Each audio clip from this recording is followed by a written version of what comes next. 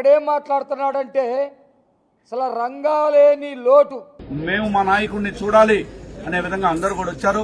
ఈ రోజు రంగాలేని లోటు కాపులందరికీ కూడా ఈ రాష్ట్రంలో అంబటి రాంబాబు గారిని కూడా నేను తెలియజేసుకుంటాను. కాపులందరికీ రంగాలేని లోటు రాంబాబుని చూస్తూ ఉంటే ఆ లోటు పోయి మాకు ఒక గొప్ప నాయకుడు ఎదిగారని చెప్పేసి అనుకుంటున్నారంట. ఈ ఎపిసోడ్ మొత్తం మీద మనం చాలాసార్లు మాట్లాడుకున్నాం.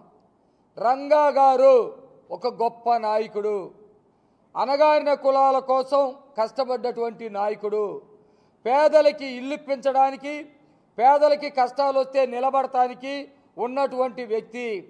తక్కువ కాలంలోనే ఎమ్మెల్యే స్థాయికి వెళ్ళి ఆ పార్టీలోనే అనేక మంది నాయకులకి వణుకు పుట్టించే స్థాయికి వెళ్ళినటువంటి వ్యక్తి, గొప్ప నాయకుడు వంగవీటి మోహన్ రంగా గారు.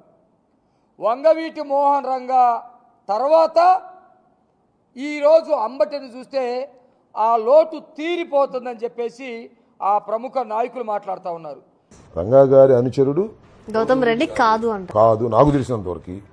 నేను కూడా రంగా గారి అనుచరుడిని కాదు. నేను కాపు కులం కోసమే పుట్టినటువంటి వ్యక్తిని కాదు, కాపు కులం కోసమే రాజకీయాలు చేస్తున్న వ్యక్తిని కాదు.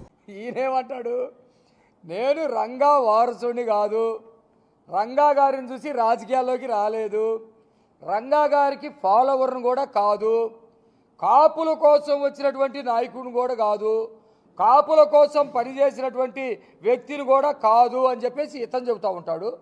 వీళ్ళందరూ బలవంతంగా జాకీలేసి కాపు నాయకుడు, ఆయన లేని లోటు తీరుస్తూ ఉన్నాడు, రంగా గారు చాలా అద్భుతమైనటువంటి రంగా గారికి వారసుడని చెప్పేసి వీళ్ళు చెబుతూ ఉంటారు.